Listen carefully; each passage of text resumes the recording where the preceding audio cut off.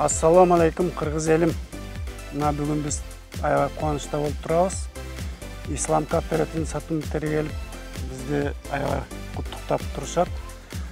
Ушул үйдү алдык, Кудай кааласа, Ислам кооперативинин жардамы менен үйлүү болуп отурабыз. Бардык жердештерди, мекендештерди үндөп кетет элем.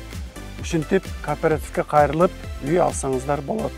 Буларга рахмат айтабыз, келечеги кең болсун, элибиз үчүн күйүп-бышып жүрүшөт, жардам берип жатышат. Баарына рахмат. Сиздерге чоң рахмат.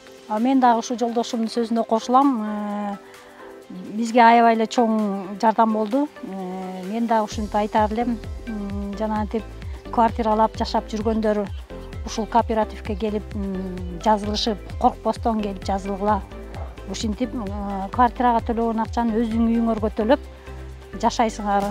Зато үйлүү болуп каласыңар өзүңөрдүн. Каалаган нерсеңерди алса берет экен. Бул үйдү алып мен ремонт кылам десем да ремонтко акча беришет экен. Ал жагын уктук. Жакшы экен аябай.